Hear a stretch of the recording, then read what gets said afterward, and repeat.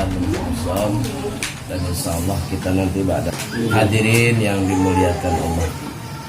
Kenapa tadi ada kalimat mudah-mudahan Allah sampaikan usia kita kepada malam nisfu Sya'ban. Yang pertama, sebab nggak ada yang tahu, kita nggak tahu umur kita sampai nggak bentar malam. Jangankan ke malam nisfu Sya'ban, umur kita ke waktu asar yang tinggal beberapa menit lagi aja kita nggak tahu. Makanya harapan kita mudah-mudahan Allah sampaikan kita. Amin. Dan yang kedua, malam nisfu Sya'ban adalah malam di mana hampir secara keseluruhan umat Islam ini mengagungkannya. Dan mengagungkannya umat Islam kepada malam nisfu Sya'ban bukan berarti tanpa alasan. Banyak sekali alasan-alasan yang kuat kenapa diagungkannya malam ini. Karena ada satu riwayat mengatakan, ada keterangan, ada malam-malam di mana orang yang berdoa tidak akan ditolak oleh Allah Subhanahu wa taala. Yang pertama adalah malam tanggal 27 Rajab. Yang kedua adalah malam nisfu Sya'ban. Yang ketiga malam tanggal 17 bulan Ramadan. Ada keterangan seperti itu. Dan malam nisfu Sya'ban insyaallah jatuhnya nanti malam. Jadi ini ada termasuk Lailatul Mubarakah, malam yang diberikan keberkahan kepada kita, malam yang diturunkan keberkahan. Jadi kalau orang yang doa malam nanti insya Allah doanya mustajabah. Amin. Min umuri dunya wal akhirah. Yang ketiganya, kebiasaan kita itu ba'da maghrib kita baca surat Yasin 3 balik, kan begitu. Cuma ada juga beberapa pertanyaan. Kenapa sih kudu Yasin? Kan gitu ya. Enggak kaki. Kenapa sih kudu Yasin? Enggak kita khatam Quran. Apa alasannya? Ya kalau mau khatam Quran ya juga kagak salah. Kalau kuat mah kan gitu. Kalau mau surat Kahfi satu surat juga yang enggak salah. Kalau mampu mah. Jadi enggak ada yang salah. Jadi kenapa bacanya surat Yasin?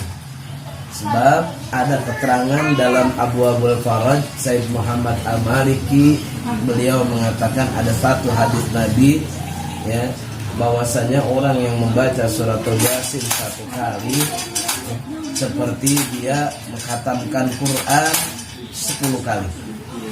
Jadi satu kali membaca surat Yasin dengan tertil sesuai dengan makhraj dan tajwidnya, seakan dia menghatamkan Quran 10 kali. Berarti kalau 3 kali kita baca Yasin kan berarti 30 kali kita hatam Quran gitu. Sebab fadilah surah yang ada di dalam Al-Quran itu kan fadilahnya beda-beda. Seperti ada perintah kalau kalian mau tidur hatamkan Quran dulu. Kan kita nggak mampu menghatamkan Quran. Oh ternyata bacalah suratul Ikhlas 3 kali. Karena orang yang baca suratul Ikhlas 3 kali seakan dia menghatamkan Al-Quran 1 kali. Nah kalau Yasin bukan 1 kali lagi, seperti menghatamkannya 10 kali. Kita nggak mampu 10 kali hatam baca ya Quran.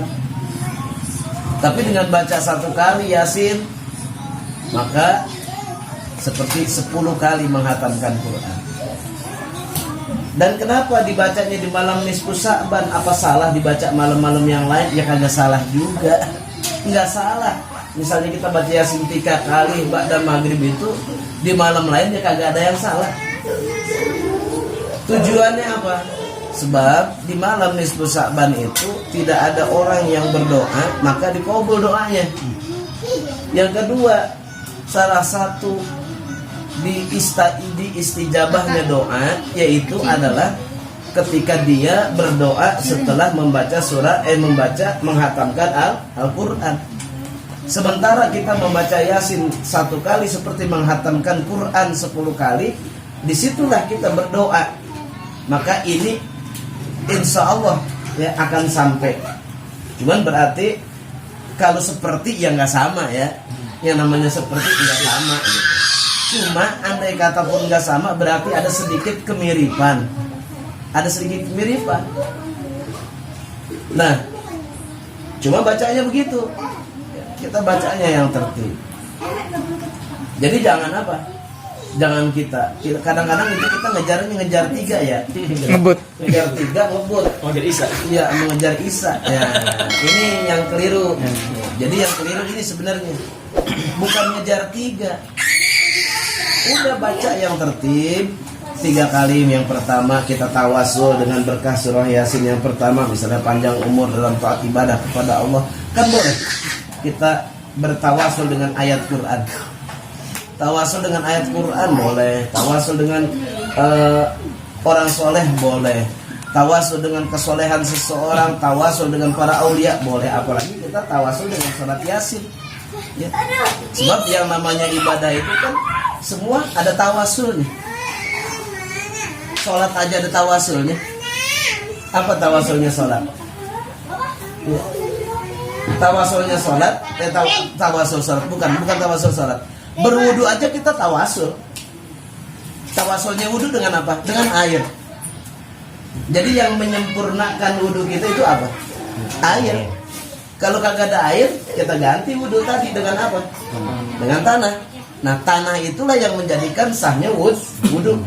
Air itulah yang menjadikan kesempurnaannya wudu. Maka itu adalah bagian daripada tawasul. Cuman itu tawasul yang namanya kuat, berarti tawasul itu wajib. Ya. Berarti tawasul itu wajib. Nah, sekarang kita di malam nisfu Sya'ban kita baca surat Yasin 3 kali. Jadi jangan kita jangan kita geruduk bacanya. Jangan mentang-mentang ngejar Isa biar dapat 3 kali sampai Isa, yang penting Isa selesai. Salah. Ini salah. Baca yang tertib. Nanti kalau Isa gimana? Adzan Isa ajan. Setelah ajan lanjutin lagi ya Yasinnya. Salat Isanya mana? Ntar salat Isanya kalau udah Yasin udah rapi, doanya udah rapi, baru kita salat Isa berjamaah. Ya. Jadi gitu. Jadi bukan kita, kadang-kadang kan orang ada yang sok soleh. Iya. Iya. Sok soleh orang. Wa as-sholatu ala waqtiha, kata dia. Ini udah masuk Isa nih. Jangan kita baca Yasin, Be. Ini orang sok soleh namanya. Sok soleh tapi goblok. Gitu. Bukan begitu. Sebab al-amru bisyai' al-aslu fil amri la yaqtadil fawra. Gitu. Al-aslu bisyai' la yaqtadil fawra. Ada faedah begitu. Asalnya amar pada satu perkara layak tadil fawra. Tidak dituntut mengerjakan di saat itu. Itu dalil faedah usul fikih gitu. Al aslu fil amri layak tadil fawra. Asalnya satu amar perintah layak tadil fawra, tidak untuk dikerjakan di saat itu. Maksudnya apa? Yang penting itu dikerjakan tidak melewati batas yang telah ditentukan. Jadi kita sholat Isya, yang penting pas masuk waktu Isya ajan Isya. Setelah ajan lanjut lagi. Setelah lanjut selesai, dan di situ kita niatkan sama-sama kita Isyanya ntar jamaah. Misalnya jam 8:30, itu boleh. Ya, nah kan enak. Ibadah kalau pakai ilmu jadi enak ya.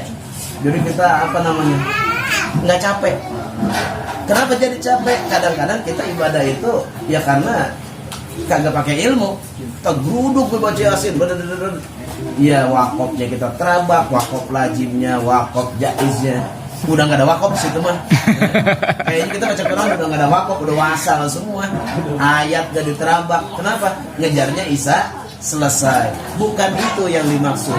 Yang dimaksud adalah kita baca Quran yang tertib, kita baca Yasin yang tertib sesuai dengan aturan, yang nanti pada akhirnya selesai kita baca Yasin, kita doa, selesai doa baru nanti kita sholat Isya berjamaah. Nah, ini malam nisfu Sya'ban. Terus yang terakhir ya, buat siapa dibukakan pintu ampunan ini di malam nisfu Sya'ban? Buat orang-orang yang minta ampun ya. Jadi malam nisfu Sya'ban itu adalah malam dibukakannya ampunan. Buat siapa? Buat orang-orang yang minta ampun. Jadi orang yang tidak minta ampun maka diampunin. Allah mengampuni orang-orang yang minta ampun, cuman dengan satu syarat. Yang pertama, orang itu tidak dalam keadaan bermusuhan. Jadi kalau masih bermusuhan nih, masih ngambek sini, apalagi ada dendam, ini berat dah buat dikabul doanya.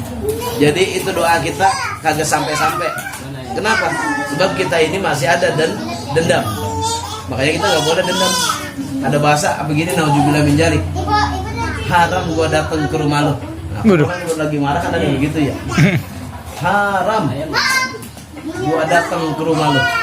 Berarti udah kagak bakal datang lagi tuh. Berarti dia termasuk daripada qati'ur rahim.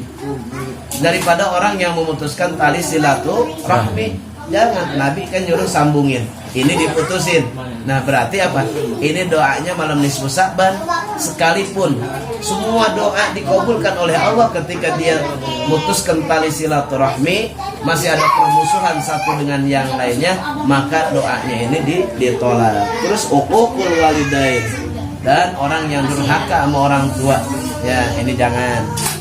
Terus siapa lagi yang tidak dapat ampunan juga, yaitu al-mudminul khamr, orang yang terus-terusan minum khamr, enggak tobat.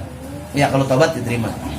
Terus akilir riba, orang yang terus-terusan makan riba. Nah, apa sih riba? Ya riba tuh kayak bank keliling, rentenir, tuh riba tuh. Ya, haram itu dimakan. Mau banyak, mau sedikit haram. Makanya orang yang makan riba mah usahanya kagak ada yang maju, belangsak dia. Kagak ada sejarahnya orang makan riba jadi kaya. Nggak ada sejarahnya orang makan riba jadi kaya. Justru orang yang makan riba makin hari makin kecekek. Kan istilahnya apa? Lintah darah. Yang namanya lintah kan ngisep darah. Kecuali ngisep darah dibekam. Nah itu saya itu bukan iklan bekam. Kalau disedot darah dibekam sehat. Kalau misalnya diisep darah, lintah darah, ya kagak bakal berkah. Hati-hati. Makanya anak mesen banget sama ya sahabat anak semuanya yang ada di sini. Kalau saya bilang murid kan udah pada gede, udah pada pinter ya. Kita sahabat aja dah. Kepada sahabat saya semua yang ada di sini, hindarin daripada harta riba. Hindarin daripada harta riba. Sebab kenapa? Sekali lagi, harta riba tidak akan pernah memberikan keberkahan dalam kehidupan kita. Tidak ada keberkahan pada sesuatu yang haram. Tidak ada keberkahan pada sesuatu yang di dalamnya ada sesuatu yang diharamkan oleh Allah Subhanahu wa taala, dan tidak akan dimakbul kalau dia berdoanya pun, sekalipun itu di malam-malam yang diistijabah doa. Malam ini ya, mudah-mudahan Allah sampaikan usia kita sehat, kita saling memaafkan. Apalagi saya yang kalau ngomong kadang-kadang suka ceplas-ceplos ya. Saya kalau ngomong kadang-kadang ceplas-ceplos. Saya pengen ngomong ceplas-ceplos di depan daripada saya ngomong di belakang. Ya, kalau saya ngomong di belakang ngegelundel, cuman itu jadi apa? Jadi penyakit buat saya. Kalau saya ngomong nggak suka, ya saya misalnya ada sesuatu masalah nggak suka, saya sama Irwan aja saya ngomong, anak tegur daripada anak ngomong di belakang. Anak ngomong di belakang hanya anak jadi dosa, jadi aib. Ya, anak begitu, anak ngomong langsung sama orangnya. Ya kenapa? Sebab kalau urusan begitu jangan main perasaan. Cuman wadon yang main perasaan. Iya, cuman wadon yang main perasaan. Nah nur rijal, kita nih laki-laki. Jadi kalau yang namanya laki-laki jangan ngomong di belakang. Kalau kita ada sesuatu beradab, nah itu baru namanya rijal, laki-laki. Jadi kalau ngomongnya di belakang bukan rijal, wadon itu mah. Ya. Jadi malam ini, ya pada hari ini kita saling memaafkan satu dengan yang lainnya. Perkataan saya, omongan saya, tingkah saya mohon diridhoi dan dimaafkan, agar kalau nanti malam kita berdoa, mudah-mudahan doa kita diijabah oleh Allah Subhanahu wa taala, dan mudah-mudahan